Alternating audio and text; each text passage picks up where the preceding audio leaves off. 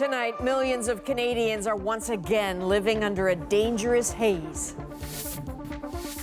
It just looks really scary. A plume of thick black smoke spreading across North America from hundreds of out-of-control wildfires. How long will it last? How harmful will it get? The world gets its first glimpse at what's left of the Titan sun. This is very critical to have a submersible parts. What the debris could tell us about what really happened. And they were shocked to find out someone was using their little girl's pictures online and posing as her dad. It's sickening, gut-wrenching, like I just didn't really know what to do. Now they have a warning for other parents. This is The National with Chief Correspondent Adrian Arsenault. Tonight, a haze of wildfire smoke is hanging over millions of people across several provinces and territories, turning the air murky and hazardous for some, including in a huge section of Ontario and Quebec. So Toronto's air quality dipped so low today it was listed as the worst in the world. Buildings were barely visible in Chicago, and Detroit's skyline wasn't much easier to spot. If you zoom out, this is how all that smoke looks, moving over North America with particularly heavy concentrations over Ontario, Quebec, and the eastern half of the U.S. That is making the air uncomfortable, even harmful to breathe. Ifil Musa shows us the effect that's having. This was Toronto Wednesday, wrapped in a gray, hazy, and dangerous smog as wildfire smoke settled in. At one point, it was so bad Toronto's air quality was listed as the worst in the world by Swiss tracker IQ Air. I just feel a little bit more fatigued, right? So I guess that's, the longer the day goes, the more you're going to feel that if your breathing's a little bit restricted, right? Demonstrators in the city's East End point to climate change and are demanding the federal government do more. I have a young daughter at daycare who's not going outside today because the air quality is so bad. I'm pregnant. This air quality is really bad for my unborn child. Environment Canada rated the air quality in many parts of southwestern Ontario as very high risk, meaning the public should reduce strenuous outdoor activities. Canada Post paused mail deliveries in Windsor and Chatham to keep carriers safe. That smoke choked parts of the United States, too. You can definitely tell it smells like a campfire out here. I've never seen it like this smoky or anything, like even fog, like I've never seen it be this bad. Last night I really was coughing a lot. People in Detroit, Chicago, and New York were urged to stay inside. It is unsafe to be outdoors, use a mask, and pay attention to the alerts. Wildfire smoke is among the most dangerous forms of air pollution. They can travel really long distances, they can get into our lungs, even into our bloodstreams, our organs, and our brain. Dealing with wildfire smoke is something Western Canadians are used to. Paige Keach moved to Kelowna from Ontario in 2021 and has this advice for those back home. Be mindful of how much you're going outside, how much you're breathing it in, and to stay inside when you can. So Ifil, as pretty as that location normally is, it looks pretty miserable now. What's your sense of what we can expect over the next few days? Well, Adrian, the smoke right now is expected to linger tomorrow over southern Ontario and Quebec. The air quality statement currently in effect covers a large area from Windsor, Ontario, all the way to northern Quebec. By Friday, we're going to get some wind shift and rain, which we need, but it may still take a few more days for all this smoke to clear. All right, Ifil, thank you. Obviously, wildfire smoke can be bad for anyone's health, but seniors are at particular risk. So let's bring in respirologist Dr. Samir Gupta to talk about that. Dr. Gupta, I understand that some seniors are flooding into emergency rooms right now. What is actually medically going on there? Yeah, what we see when you have these kinds of events is anybody with chronic lung disease, and that's often seniors, has a chance of having that lung disease flare up. Those tiny particles, when you breathe them in, irritate the lungs. And whether it's asthma or emphysema, which we call chronic obstructive pulmonary disease, that flares up, people get short of breath, and they end up in the emergency room. In terms of repeated exposure, I suppose that means they then just can't heal from what happened before it hits them again. That is something we're seeing here this summer that's a little bit different in that we're having repeated events. So as you say, they improve, but they may not fully recover before the next pollution event. And so they have this tendency to flare up again, and they have a lower threshold to flare up again because they haven't fully recovered. So that's sort of a different phenomenon that we're seeing this time. Do we know enough about what repeated exposures are likely to do to us, to our lungs, to our organs? Yeah, I would say we don't really have a lot of data on what repeated exposures do. We know what chronic exposures do in people who live, for example, in parts of the world with lots of pollution. We know a little bit about, for example, firefighters, you know, what that does to their lungs. But this kind of repeated exposure in the general population, we're actually going to have to learn what this does. And advice, and please tell me it's not just like stay inside and wear a mask all the time. Unfortunately, largely that's all we have to offer. It's kind of the opposite of everything I've ever advised my patients. I'm telling them to stay indoors, avoid the fresh air, avoid exercise, and wear a mask outside instead of inside. Which is what we were doing during COVID, inside masking all the time. So it's the reverse. Outside mask, inside less important, because that's where you have that filtered air. Incredible, times change. All right, Dr. Gupta, thank you. This is where all that smoke is coming from. There are nearly 500 wildfires burning across the country tonight. About half of them are considered out of control. So that huge number and the sheer ferocity of this wildfire season is putting a strain on everyone. And as Cam McIntosh shows us, that includes those fighting the flames as well as those fleeing them. They could see it headed their way. This wildfire got within 8 kilometers of Leaf Rapids, Manitoba before rain hit. It's been really scary. First thing I wanted to do was get my family out of here. Irvin Biggety's family left. He stayed back, keeping his store and gas station open for fire crews. That fire isn't out yet. Right now, with people being out of here, it's safer for us that stayed back to help and do the work we're doing. Just one of hundreds of communities on the fire line. Across the country, thousands have been forced from their homes. Nearly 8 million hectares have burned or are burning so far. That's 16 times normal. Fires like Donny Creek, BC's largest on record, could take months to put out, with little help expected from the weather. What we see in June kind of dictates what we'll see for the rest of the season. By area burned, so far Alberta and Quebec have had it the worst. Across northern Quebec, crews are on constant rotation. That as well has been a challenge in terms of personnel and equipment. It's been a challenge across the board. There is outside help, about 1,600 foreign firefighters, right now spread across Alberta, BC, Ontario, and Quebec, where a new rotation of 120 from France arrived Wednesday. But that help may not last long. The difficulty is that now in France it's also summer, it's also the wildfires. I've seen fires located, in the west or in the east, but at the same time, this is really unusual. Wildfire expert Mike Flanagan says as global temperatures warm, this may become more normal. It's time to take a look at what we're doing because status quo may not be the best approach anymore. The federal government says lessons will be learned. How we protect critical infrastructure and most importantly, how we protect our citizens. Back in Leaf Rapids, a lot can change with a shift in the wind. I'm having hope. I'm optimistic. Things will be good. Cautious optimism in an unprecedented and unrelenting fire season. Cameron McIntosh, CBC News, Winnipeg. You can stay up to date on where all those wildfires are burning on the CBC News Climate Dashboard. You can also search for your community, see current conditions, and what the air quality is. It's all at cbc.ca/climate. Late tonight, the U.S. Coast Guard confirmed it has recovered what it calls presumed human remains, along with the wreckage of the sub that imploded as it dove to the Titanic. Kayla Hounsell walks us through what is next in an investigation the world will be watching. It emerged out of the fog, the Horizon Arctic arriving in St. John's Harbor carrying what are believed to be human remains, carefully recovered within the Titan's wreckage.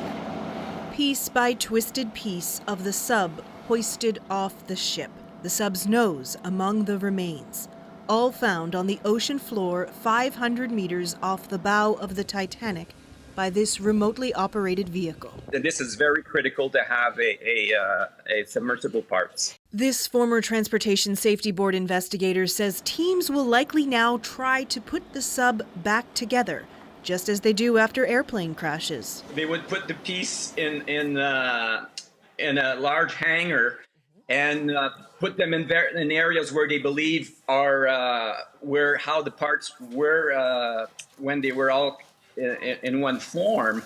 When it looked like this, taking tourists to see the Titanic wreck at a cost of up to $250,000. Its creator is now among the 5 people presumed dead. You know, I've broken some rules to make this. I think I've broken them with logic and good engineering behind me. The carbon fiber and titanium, there's a rule you don't do that. Well, I did. Those materials will now be a part of the investigation. You had the 2 titanium end caps, which have been retrieved, but then you had that carbon fiber mid-body, which under pressure in depth is not going to contract and bend like metal. It's actually going to shatter. Where the pieces landed will also be telling. One of the things they're trying to ascertain is when in the descent did the implosion take place. And because of the scattering of the debris field, if it's over a large area, that would indicate that the submersible was not near the bottom at the time. That could either mean it hadn't reached the bottom or the crew was trying to get back to the surface. A U.S. Coast Guard ship is taking the wreck back to the United States. The Coast Guard says there's still a long way to determining what went so catastrophically wrong. Kayla Hounsell, CBC News, Halifax. The Assembly of First Nations made history tonight, voting to oust RoseAnne Archibald as national chief. Olivia Stefanovich takes us through the late-breaking details. RoseAnne Archibald makes no apologies for the way she leads, but behind the scenes, her tenure engulfed in turmoil, resulting in a historic vote in favor of her ouster. I'm pretty pleased. I think it was a long time in coming. More than 70% of chiefs gathered for a private virtual meeting voted in favor of her removal. After a workplace investigation concluded, she harassed and retaliated against 5 senior staff members. I was very disappointed. Tanya Cameron waited all day for the results. I think there are elements of misogyny that certainly came into play. For more than a year, Archibald faced harassment allegations from 4 senior staff members in her own office, and the Assembly of First Nations' now former CEO. This led to her temporary suspension, lifted last July after chiefs voted to give her another chance. I need to be reinstated fully. Meanwhile, regional chiefs launched an external workplace investigation. For the past year, the probe overshadowed the Assembly. We can't waste any more time on this. Our people need us. Archibald maintains her innocence, calling the workplace investigation biased. A smear campaign, she said, designed to distract from her campaign for a forensic audit into the finances of the organization led by her predecessors. There have been decades of calls for reform. Decades. And that has been met with resistance and, in my case, retaliation. So, Olivia, I gather you were given access by the AFN to listen in on the meeting tonight. How did the chiefs come to this decision? Well, Adrienne, this was not an easy decision by any means. The Assembly was divided, and many chiefs said they had a heavy heart going into the meeting. RoseAnne Archibald pleaded with chiefs to vote no for her removal, but in the end, Adrienne, even some female chiefs who originally supported her voted for her ouster, citing the fact that the findings of the workplace investigation were just too serious to ignore. Now regional chiefs are deciding who will lead the AFN in the interim until there's an election for a new national chief. All right, thank you, Olivia Stefanovich in Ottawa. 2 students and a professor were taken to hospital after a stabbing inside the University of Waterloo in Ontario. Students in a nearby classroom told CBC News they heard people shouting. One person was taken into police custody. The university says there is no further risk to anyone on campus. And police in Alberta have charged a man in a case that may have parents thinking twice about posting photos of their kids online. As Rosa Marcatelli shows us now, he is accused of passing off someone else's child as his own for years. On the surface, there doesn't seem to be anything strange about it. Just a dad posting photos of his daughter on social media. The thing is, the man posting all these photos isn't her dad. Hey, you go first. These are her real parents. We're not using their last names to protect the girl's identity. Just in shock and sickened that this guy has this stuff, and yeah, I was just in disbelief. really disturbing. Someone tipped the family off after seeing the girl's photo online, saying a man named Brian Keith Strachan was using the girl's pictures for 8 years, allegedly to convince people he was a single dad struggling financially. Strachan even giving the girl a fake name, Amanda. Sickening, gut-wrenching, like I just didn't really know what to do. You know, it was we didn't even want our daughter to leave our side. The scheme was all part of an elaborate lie, police say, to try and solicit donations from organizations. Against All Abuse is one of those groups. Saw pictures of her, show us on his phone, and of course, all over Facebook. You know, that's what's really jaw-dropping about all this. It just left us speechless. There are also more than a dozen posts on a chat website from a man calling himself Brian Strachan, disturbing posts about his 8-year-old daughter. I think we are starting to see more of this, especially as social media progresses, and it has become significantly more common within the last 10 years. Police have now laid charges. A fraud charge related to a donation Strachan allegedly got while lying about being a single dad, and 2 weapons charges. Police did confiscate a computer, phone, and handgun from Strachan's house. They're going through the electronics now and say more charges could be coming. I thought I was private, and so now, like, we won't be posting, obviously. There are still pictures of our family on there, but we have locked down to friends only. Police advise families to check their privacy settings on all forms of social media. Rosa Marcatelli, CBC News, Calgary. French President Emmanuel Macron is calling for calm tonight after violent protests over the police killing of a teenager. Dozens of cars were burned and protesters clashed with police. 31 people were arrested. The 17-year-old delivery driver was shot and killed during a traffic stop. The officer accused of firing the gun is in custody. Russian media is reporting a top general who hasn't been seen since Saturday has actually been arrested. This is raising questions about what he knew of that rebellion on the weekend. General Sergei Surovikin previously led the invasion force in Ukraine. He worked closely with Yevgeny Prigozhin, the head of the Wagner mercenary group. And it was, of course, Prigozhin's troops that marched towards Moscow on Saturday in a mutiny. The New York Times is reporting that Western intelligence sources say Surovikin knew of Prigozhin's plans in advance. Russia's infighting has not slowed its attacks on Ukraine, where at least 11 people were killed when a missile hit a restaurant. The strike left behind a brutal scene, some of which you're about to see. As Briar Stewart reports, Ukrainian officials are calling it premeditated and deliberate. It was yet another heinous attack in a city already too familiar with the violence of war. I can't remember anything. I just saw a flash, says this woman, clearly in shock. These were the first moments after a Russian missile slammed into a busy pizzeria at 7:30 at night. It was just a few minutes before that Wojciech Zudzinski walked in to get dinner.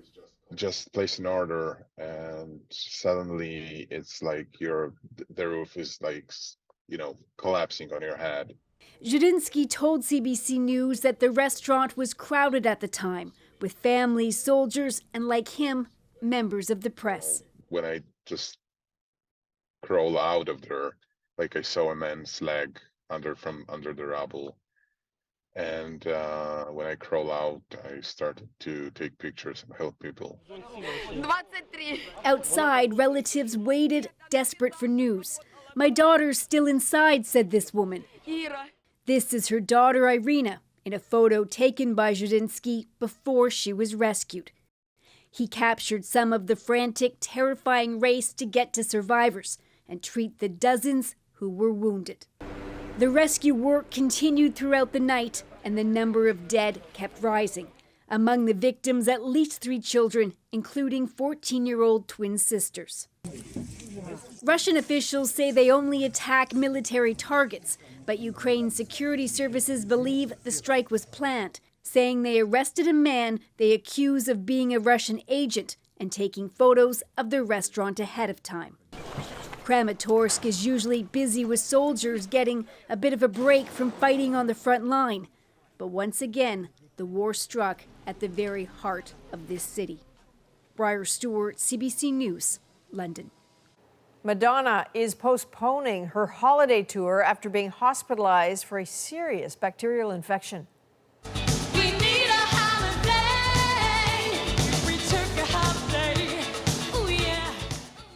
Her manager confirmed that Madonna was admitted to the ICU Saturday for several days. She's expected to make a full recovery. She's still receiving medical care. The tour was set to begin in Vancouver next month. And as Pride Month winds down, we are getting a new picture of the reality facing the LGBTQ community in the U.S. Our community's under attack, and we need allies. A new study shines a light on the dangerous rise in hate. Next. And why South Koreans are suddenly aging backwards. I'm gonna be 50 in July, and then my friends said, hey, forget it, you're already 52. Astronaut Chris Hadfield teams up with King Charles to protect outer space. It builds responsible and sustainable space exploration. We are back in 2.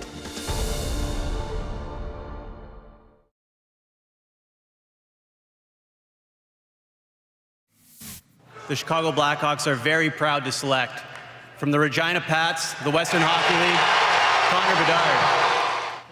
Well, that's hardly a surprise, but now it's official. World Junior superstar Connor Bedard is the first overall pick in this year's NHL draft. In January, Bedard's record-breaking performance led Canada to World Juniors gold. And superstar U.S. gymnast Simone Biles is set to compete again. Her last event was at the Tokyo Games 2 years ago. Concern for her mental health caused the 7-time Olympic medalist to withdraw from 5 of 6 events. Biles is entered into a U.S. meet in August. There is a new attempt to measure the volume of hate faced by LGBTQ people in the U.S. It's a first-of-its-kind study, and it's putting numbers to the attacks and harassment. Katie Simpson shows us the findings.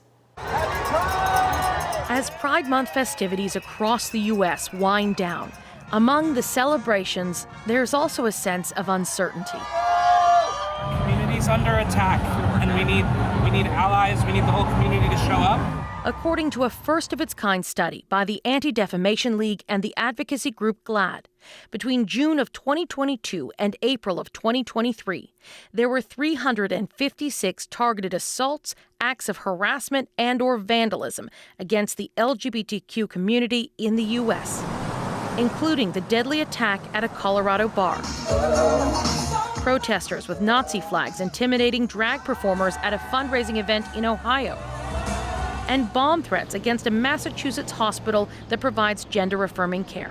Unfortunately, this climate of hate and extremism targeting the LGBTQ plus community is only increasing. Drag events and artists were targeted most, followed by educators and medical professionals. Nearly half of all incidents were linked to extremist groups, including the Proud Boys. And groomer and pedophile tropes were cited most in cases of harassment and vandalism. Groomer, gender, ideologue. The slurs are popular in far-right circles, with Republican lawmakers using them to attack Democrats who support health care for transgender kids. Even Joe Biden, the president himself, supports children being sexualized and having transgender surgeries. Sexualizing children is what pedophiles do to children. We're having all these conversations. 18-year-old Will Larkins, a non-binary student from Florida, says until this year, they'd never heard that slur. It is so common. Almost every time there is an experience, suddenly the word groomer is being used. Researchers collecting information to go into next year's report say the situation is getting worse. So far in June, they've already tracked more than 100 anti-LGBTQ incidents. Katie Simpson, CBC News, Washington.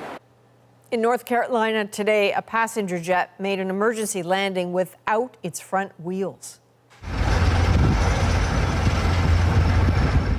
More than 100 people were aboard the Delta Airlines flight. All were safe. The plane circled the airport a couple of times before aiming for the tarmac. Officials say a mechanical issue was at fault, but even without the nose gear, one passenger described the landing as smooth and absolutely perfect. There are concerns the risk of Lyme disease is on the rise, and there is one critter to blame. Had some warmer weather, and that means more ticks. So what can you do to protect yourself? We'll get some practical advice from the doctor. And a young Ukrainian boxer facing a tough choice to fight under another flag. I love my country and I want to compete for Ukraine. The National takes you deeper into the stories shaping our world. Next.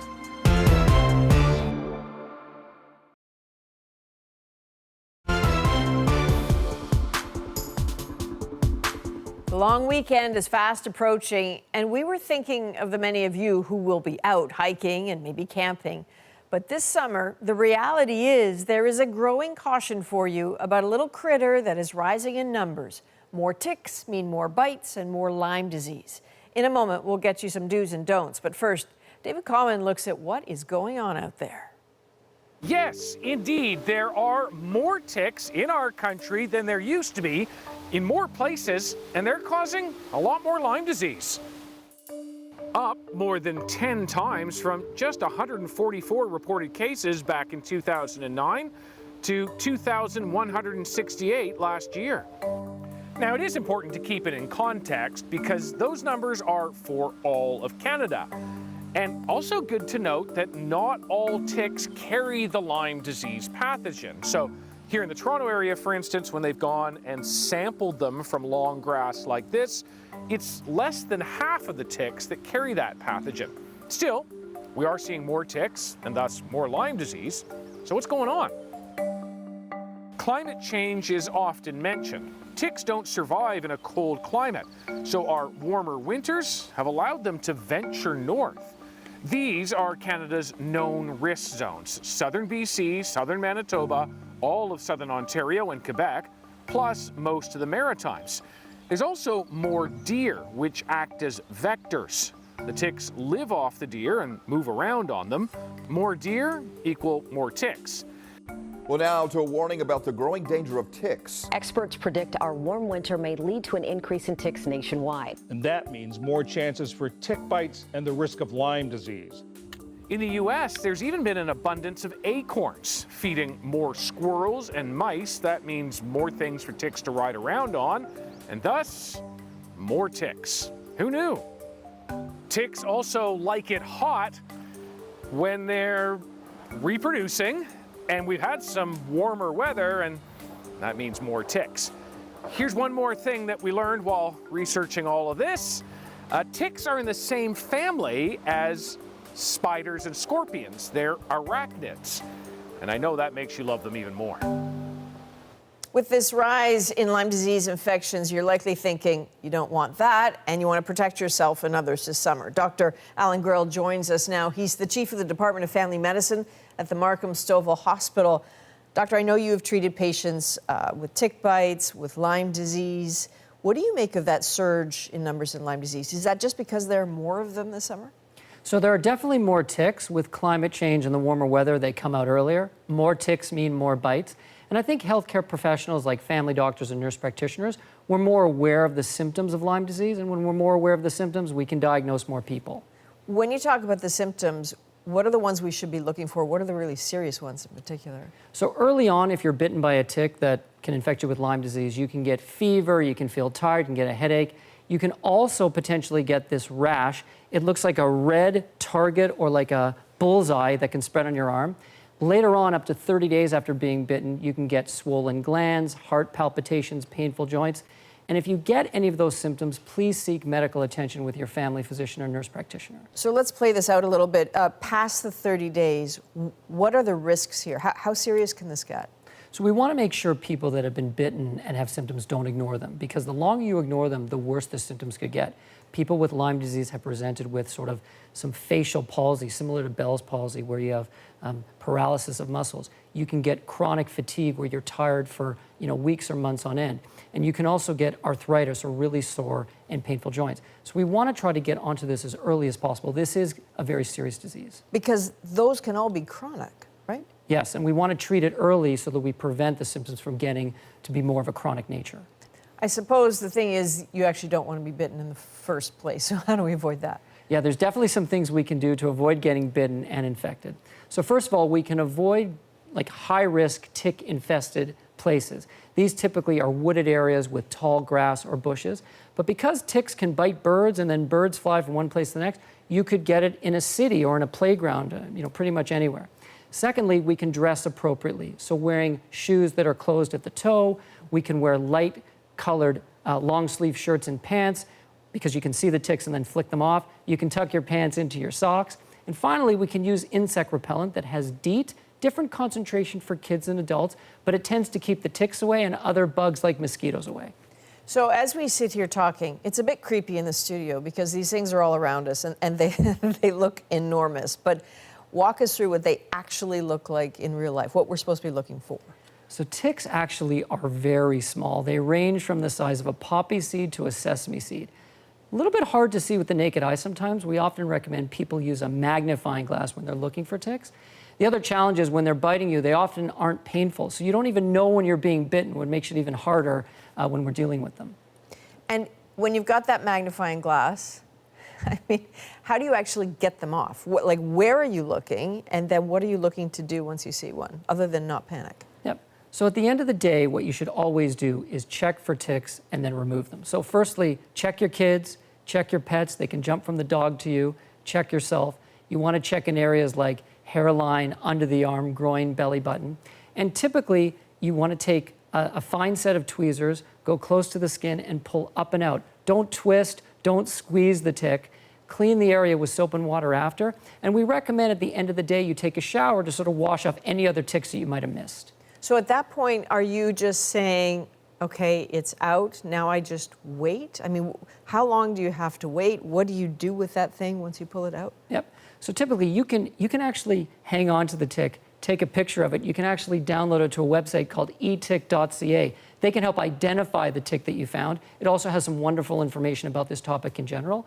But up to 30 days after you think you've been bit, you have to monitor for the symptoms we've talked about. And if any of them show up, see your physician. And even if you've been bitten, sometimes we'll actually treat people before they get symptoms, so seek medical attention.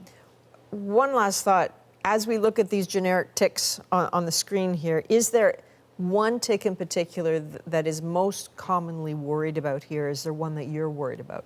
Yeah. So with regards to Lyme disease, the black-legged tick, which is also known as the deer tick, is the one that we're worried about the most. So if it has black legs, and you're worried, please seek attention from your medical provider. Get that magnifying glass. For sure. Dr. Grill, thank you. My pleasure. Coming up, how South Koreans all became younger in an instant. But first, the Ukrainian boxer fighting to stay in the ring. Next.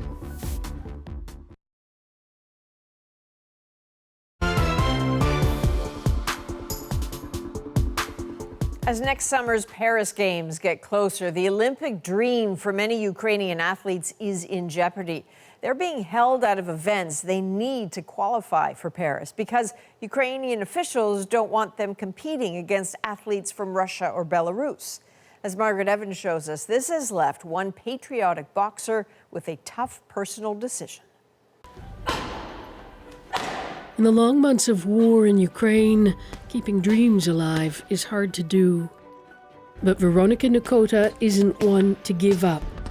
At 18, she's already a junior boxing champion and aiming for the Olympics despite the war. We first met her in February in Kharkiv, her hometown. She was visiting her old gym for the first time since Russia invaded Ukraine.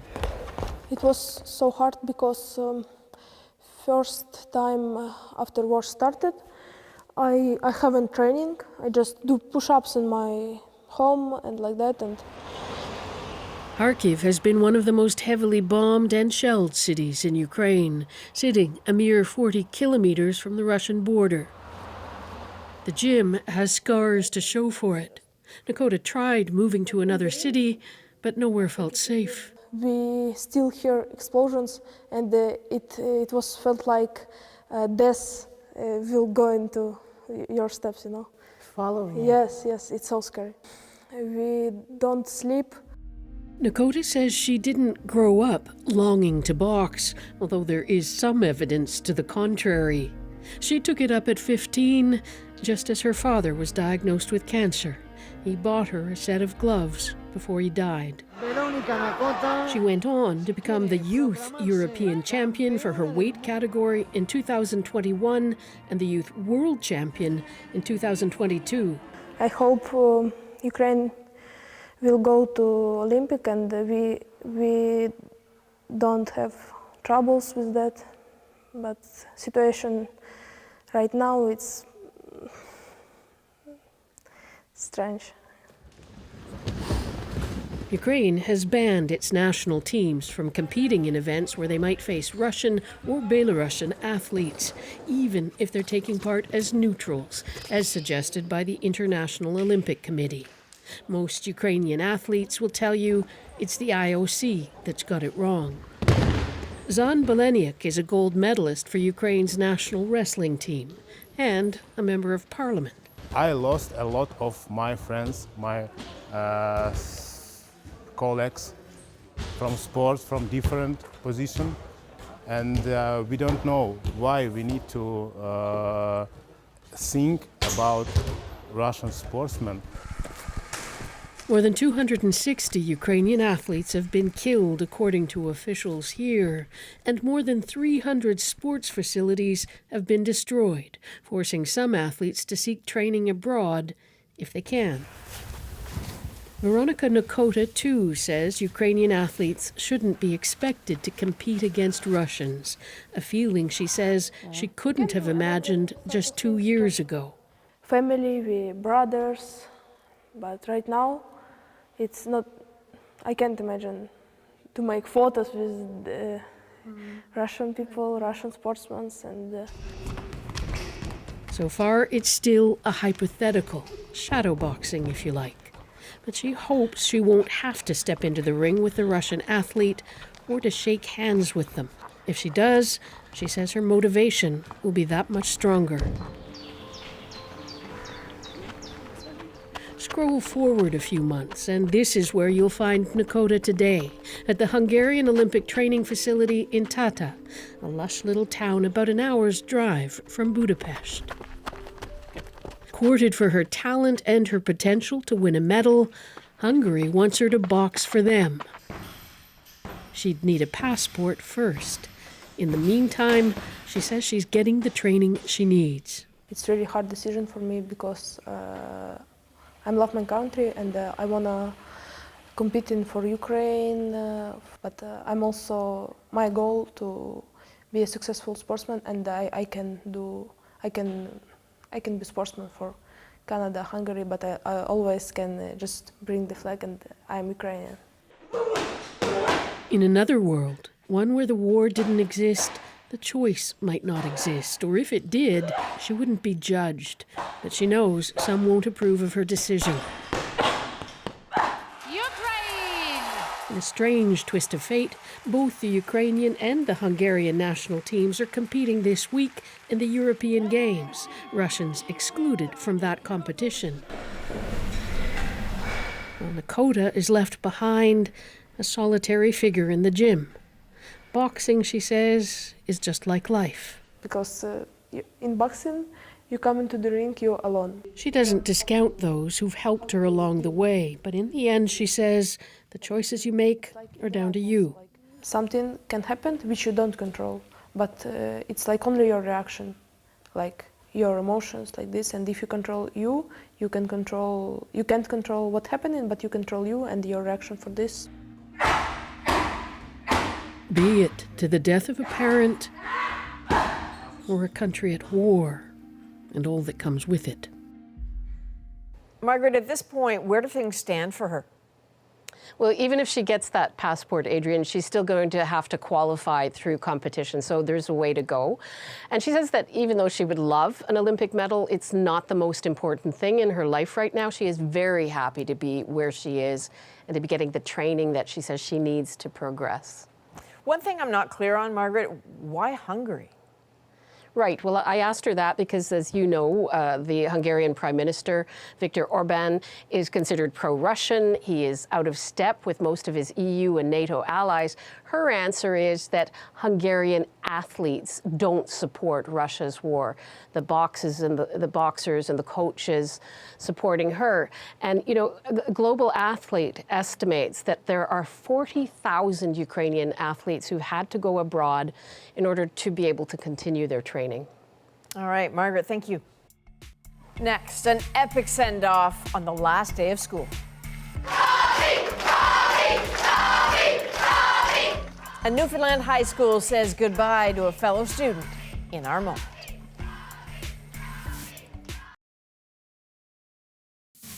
Now I'm pale. Well, that is King Charles unveiling the seal for his organization aimed at sustainability in space exploration, the cheekily named Astra Carta. One of its partners, Canadian astronaut right there, Chris Hadfield. It builds on a global commitment to shape a future of responsible and sustainable space exploration. The project is aimed at finding better ways to explore space. Hadfield has been working on it since last summer when he said the king reached out to him for help. Well, a new law in South Korea has a lot of people there feeling younger today. It changes the way the country counts people's age beginning when they're born. Belle Puri explains how it works and how it's being received. More than 51 million people in South Korea awoke today to find themselves a year or two younger, at least according to the law. I'm supposed to be 30 next year in the traditional Korean age system, she says, but with this new age system, I became 2 years younger. Canadians of South Korean descent explain the traditional age system considered people to be a year old at birth. Then another year was added every January 1st. I prefer the old Korean system because even though the baby didn't get birth in the world, but it is still alive in the womb. Going forward, age will be calculated from 0 at birth. Of course it's good. Why? Because age is lower. It's less confusing for other people and more simple. In yet another system of age calculation, some South Koreans use a mashup of their international age and Korean age for what they call a calendar age. It considers babies as 0 years old at birth, but adds a year to their age every January 1st. For example, Gangnam Style singer Psy was born on December 31st, 1977. By international age, he's 45. By calendar age, he's 46. And by Korean age, he's 47. Other East Asian countries have used traditional age counting methods in the past and also dropped them. Japan switched to the international standard in 1950, and North Korea did the same in the 1980s. Outside of Korea, many have long discarded the traditional ways of counting age. I talked with my friend in Korea, and hey, I can believe I'm gonna be 50 in July. And then my friends said, hey, forget it, you're already 52. Belle Puri, CBC News, Vancouver.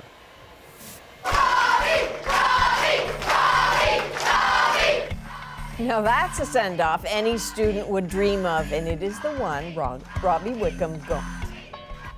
So the last day of school, always exciting, of course, but the students at Mobile Central High in Newfoundland took it up a notch last week to say goodbye to Robbie. Their farewell gesture is our moment. So it's the last day of school, and Robbie Wickham is a huge part of our school. So it's an emotional farewell, as you can see in the video. He's brought so much positive energy to our school. He's been with us now for 6 years. He's been a true little leader in our school, involved in things like our Shade for Brave program, very, very active in that. Our World Down Syndrome's Day. He's always upbeat and brings the best out in everybody. Together, we're one big happy family there. Our students and our teachers and our staff decided they wanted to say a farewell to Robbie. It's his last year at Mobile Central High School. He had so much emotion at the end, as you can see in the video. He did say he's going to miss everybody. Everybody, all of our staff, all of our students, everybody's certainly going to miss him. Robbie, we just want to give you a huge shout out from all the staff and students of Mobile Central High. We're going to miss you, bud. So here's what I know about Robbie, that anytime he found out it was someone's birthday, anyone's birthday, he would go home, tell his mom. Together they would get a present ready so that he could then give that person that gift. Robbie, you're a good guy. I know it's hard to leave that school, but I also know that people there, that send-off is going to take the sting out a little bit. That is the National for June 28th. Thank you for being with us. Have a good night.